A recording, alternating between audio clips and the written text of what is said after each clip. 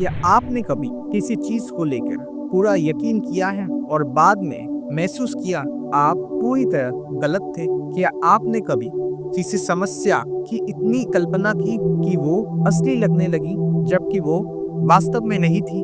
अगर मैं आपसे कहूँ कि आपका मन लगातार आपको धोखा देता रहा है, आपको भ्रम, भय और कल्पनाओं में उलझाता रहा है, तो ये सत्य महर्षि पतंजलि हमें योग सूत्र में समझाते हैं। आज की इस वीडियो में हम विपर्य यानी गलत धारणाएं, विकल्प यानी कल्पना, निद्रा यानी नींद और स्मृति को विस्तार से समझेंगे और ये मानसिक वृत्तियां आपके जीवन को कैसे नियंत्रित करता है। अंत तक जरूर बने रहिए इस वीडियो के, क्योंकि हम इस वीडियो में ये भी बताएंगे कि इन पांचों वृत्तियों को कैसे नियंत्रित किया जाए और अपने सच्चे स्वरूप को कैसे पहचाना जा सकता है। तो चलिए शुरू करते हैं। और हाँ, अगर आपने इस चैनल को अभी तक सब्सक्राइब नहीं किया तो जरूर कर लीजिएगा। महर्षि पतंजलि सबसे पहले विपर्य को वर्णन करते हैं। विपरायो मिथ्या ज्ञानम अतद्रूप प्रतिष्ठानम, यानी गलत समझ तब होती है जब धारणाएं और वास्तविकता के बीच अंतर होता है। आइए इसे एक साधारण उदाहरण से समझते हैं। मान लीजिए कि आपको आत्मग्लानि है, मतलब आपको इंफीरियरिटी कॉम्प्लेक्स है। आप किसी कमरे में जाते हैं और कोई भी आपको देख के मुस्कुराता नहीं है। अब आपका मन में यह आएगा कि उन्हें आप पसंद नहीं है और वो अहंकारी है। क्यों? क्योंकि आपके मन में पहले से ही इंफीरियरिटी कॉम्प्लेक्स था। वो ये सब कुछ नहीं सोच रहे हैं, लेकिन आपने इसको क्रिएट किया है जो वास्तविकता के साथ कोई कनेक्शन नहीं रखता। लेकिन क्या ये सच है? बिल्कुल नहीं। आपने अपनी असुरक्षा को वास्तविकता पर थोप दिया है। और आपने ये बहुत बार देखा होगा, जब आपके कोई करीबी दोस्त अचानक से अपने स्वभाव को बदल देता है और आप सोचने लगते हैं कि क्या आपने सच में कुछ गलत किया, लेकिन असल में वो नहीं है। प्रॉब्लम उसमें था, उसका दिमाग में कुछ और चल रहा है, उसके अंदर वो इंफीरियरिटी कॉम्प्लेक्स आ गया है। यही है विपर्य। ये वास्तविकता को तोड़ मरोड़ कर आपको ऐसा विश्व दिखाता है जो वास्तव में सत्य नहीं है, और इसी के कारण ज्यादातर प्रॉब्लम क्रिएट होता है जो सच में एग्जिस्ट भी नहीं करता। उसके बाद महर्षि पतंजलि और एक मानसिक अवस्था के बारे में कहते हैं, वो है विकल्प, कल्पना का भ्रम।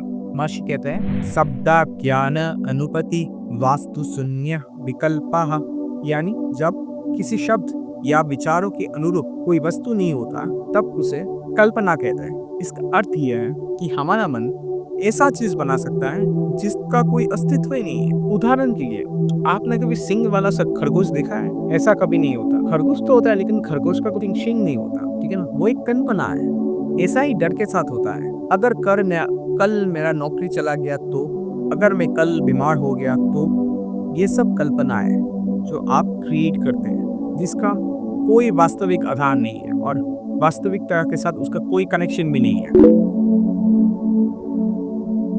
अब आते हैं एक बहुत ही रोचक विषय जो कि है निद्रा।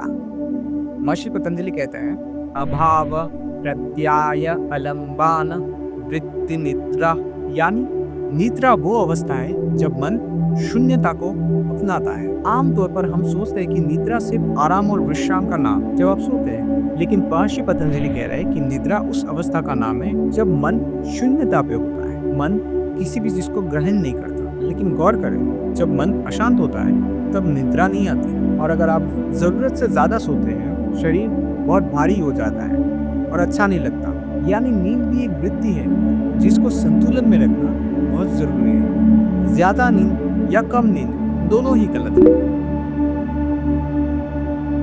अंत में महर्षि पतंजलि स्मृति की वर्णना करते हैं। वो कहते हैं अनुभूत विषय असंप्रमोसः स्मृति, यानी स्मृति वो अवस्था है जब मन किसी अनुभव को छोड़ नहीं पाता।